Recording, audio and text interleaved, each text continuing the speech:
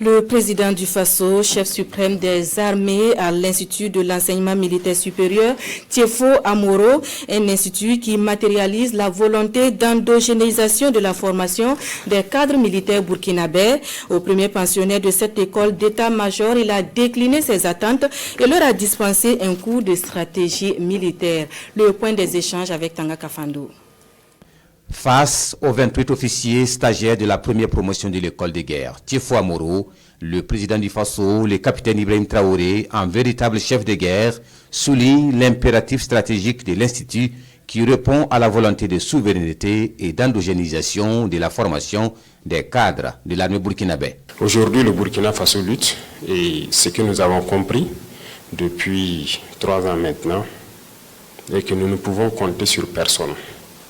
Il faut compter sur soi-même. Ça, c'est un impératif. Tous ceux qui passaient leur temps à venir au Burkina ou à recevoir des stagiaires ont un objectif derrière la tête, c'est de nous dominer. Il y a un endoctrinement qui ne dit pas son nom, mais ils prennent de l'ascendant sur vous lorsqu'ils vous encadrent. Et lorsque nous avons décidé de marcher seuls, tout le monde nous a abandonnés, on nous a fermé la porte.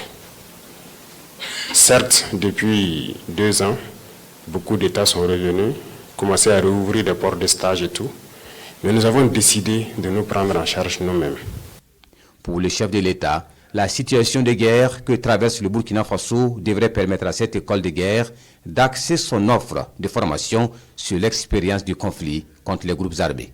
Certes, il y a cette formation classique, mais il faut que nous ajoutons quelque chose d'autre en lien avec nos retours d'expérience que nous avons de notre guerre.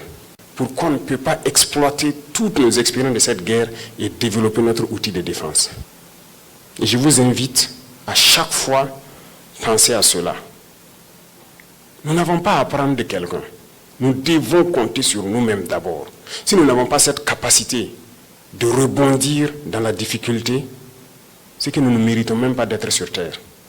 Aujourd'hui, regardez la géopolitique. Les faibles vont disparaître. Ça, il n'y a rien à faire. Soit vous avez confiance en vous, vous développez votre outil, ou bien vous n'avez pas confiance et vous disparaissez. Face à l'hydre terroriste, le chef suprême des forces armées nationales invite les officiers stagiaires au patriotisme, à avoir confiance en eux et à développer des stratégies pour éliminer la menace. Pour ce faire, le président du Faso insiste sur la discrétion dans la préparation des opérations de reconquête du territoire. Pour le commandant de l'Institut, la visite du chef de l'État est une source de motivation et d'inspiration. Le colonel-major Céleste Joseph Moussa Koulibaly salue la volonté du chef de l'État de faire de la formation de l'élite militaire au Burkina un élément important de la refondation de notre armée. Cette visite de votre part est la première depuis sa création, née de votre vision stratégique et votre volonté inébranlable de doter le Burkina Faso d'un outil de souveraineté pour la formation de ses propres cadres militaires.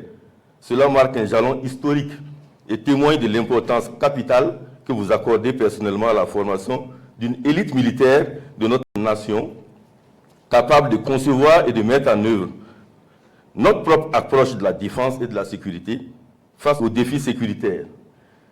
Votre initiative répond au besoin impérieux de ne plus déléguer la formation de nos officiers supérieurs et de renforcer le lien entre la nation et son armée. La devise que vous nous avez donnée, penser la guerre, préparer la paix, nous oriente à former des officiers aptes à anticiper et contrer les menaces, notamment l'hydre terroriste. Tout en félicitant les stagiaires et l'encadrement pour le sacrifice et le don de soi, le président du Faso exhorte le commandement à faire de l'Institut une référence en Afrique.